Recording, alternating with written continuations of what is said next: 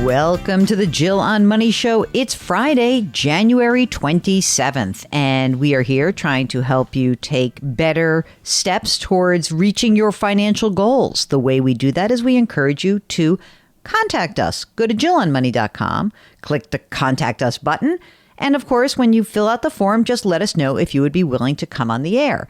And we have been talking about the fact that this week tax season has opened. I went on CBS Mornings yesterday to talk about the official opening of tax season. It's very exciting. I just want to make one note. As the segment begins, Gayle King, our anchor extraordinaire, mentions a piece that had just aired previous to me. And that piece was talking about how a lot of men who are of prime age are leaving the labor force. And there was this crazy statistic about, that these men who are not in the labor force, they're not taking on more childcare responsibilities, but they are watching a lot of video games and streaming a lot of content. So that's the question Gayle poses at the top of the interview. The rest of this is pretty nuts and bolts. Tax season 2023 for tax year 2022 is open. Here is my segment on CBS Mornings with Gayle King, Tony Dokoupil, and Vladimir Duthiers. In this morning's Money Watch, we're focusing on the start of tax season. Oh, gosh, here we go. The IRS has been accepting and processing 2022 tax year returns. More than 168 million individual tax returns are expected to be filed this year. And with the deadline set for April 18th, taxpayers will have 3 extra days to file. CBS News business analyst Jill Schlesinger is here. She's the author of a new book. This is for you, America, The Great Money Reset. Change your work, change your wealth, change your life. I love the title, Jill. She joins us now at the table. Good morning. Good morning. Before you get started, I'm still reflecting on Tony's story because you were talking about the guys that are sitting at home watching TV. Can you imagine, Jill, if you were working all day long, you come home and your partner is sitting in front of the TV playing a video game or watching TVs? No. Maybe they could be very irritated. I would too, and I'm hoping that maybe they're the ones who start compiling the tax information for the family. Maybe they need your book. Yeah, exactly right. Change your work, change your work. So I'm already a little nervous about taxes because I've been told my record keeping is not good. Oh, dear. Yep. I may be calling you later. They're not watching. So what can people expect? So this year's going to be an interesting year because it's kind of back to where we were in 2019 pre-pandemic. So as you mentioned, we've got 3 extra days. This is because of the Emancipation Day holiday in Washington, D.C.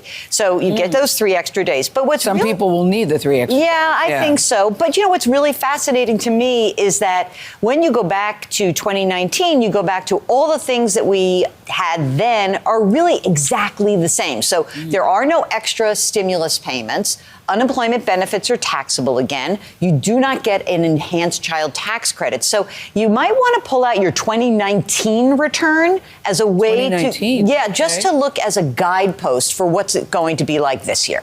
I always pay my taxes. I just won't be on the record. I've never not paid my taxes.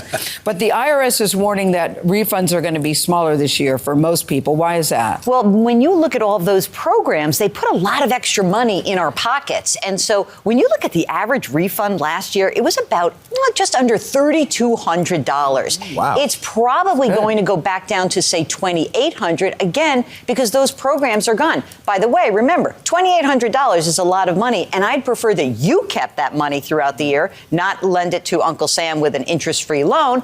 But that being said, you're likely to get a smaller refund. Now, remember, the fastest way to get your refund is to file electronically and choose direct deposit. If you do that, you are likely to get your refund within 21 days. For some reason... And that's speedy? 21 days? Well, 21 days is pretty fast. I've been filing electronically for years, and it's great. But when it comes to electronic filing, I do worry about websites that are not what they say they are and people getting misled. So for free filing resources, if they want to file electronically, where do they go? Okay, this is an underused resource at the IRS. It's called IRS Free File. And if you've got income of less than $73,000, $50. That's a lot of money for most Americans. That's most households. Yes, indeed. And you can have the IRS free file system. It's the forms, but they'll also pair you with one of these, tax preparation companies. Huge. Now, second thing I want to remind people, there's something called the Volunteer Income Tax Assistance, or VITA program.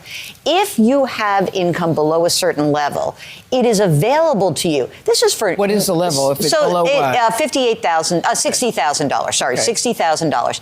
And this is available to people who are maybe non-English speakers. They are people with disabilities. And if you really need help, this is a wonderful organization. And finally, there's tax counseling for the elderly. This is great. If you're over 60, which, by the way, elderly, that's a little bit of a reach for me. But if you're over the age of 60, there are people who will hold your hand, and they have a specialty in things that impact you. Social Security benefits, their retirement benefits, things that are really focused on people in retirement. We've been focusing a lot on the gig economy, especially in the wake of the pandemic. So for people who are getting paid by Venmo or by Zelle or PayPal, what do they need to know? So there was supposed to be a rule that went into place this year. It's on ice. It's not happening. That rule was that if you made more than $600, regardless of the number of transactions on any of these digital payment platforms, you had to report to the IRS. That's not happening this year. But if you're a gig worker, get ready. That is coming in the future.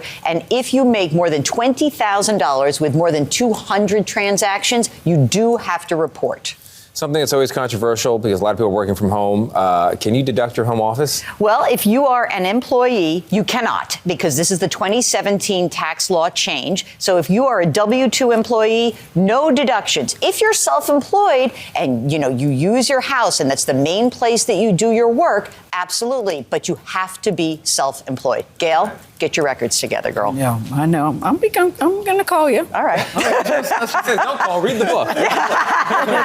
Yes, I Hold just that have book my up, signed girl. copy right here. Thank you, Jill. Okay, just one thing that I think is probably worth mentioning that we didn't get to in the segment. That is that the child tax credit, it's not going away, but the child tax credit is reverting to its pre-pandemic level.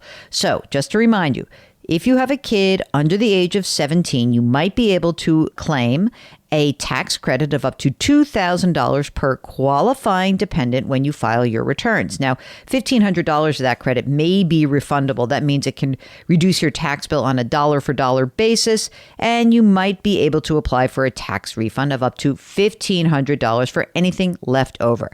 Couple of things. Your modified adjusted gross income must be $400,000 or below if you're filing jointly, $200,000 or below if you're head of household or single. If your modified adjusted gross income exceeds those limits, your credit amount will be reduced by $50 for each $1,000 of income exceeding the threshold until it is eliminated. So there's that. Okay, big time tax season, very much into it. Gail very generously holds the book up and talks about the book, and I am still so psyched about the Great Money Reset. If you'd like to buy it, it is for sale on the website, JillOnMoney.com. And also on the website, we've got our newsletter and we've got all of the great content. Mark is keeping that thing fresh like crazy. It's Friday, so let's do it. Our music is composed by Joel Goodman. Oh, I just got a note from Joel Goodman. He's over in France living the big life. Karen Kranick is our web queen. Mark Talercio is our executive producer. We are distributed by Cadence 13. We very much appreciate you listening every day. Change your work, change your wealth, change your life. We'll talk to you tomorrow.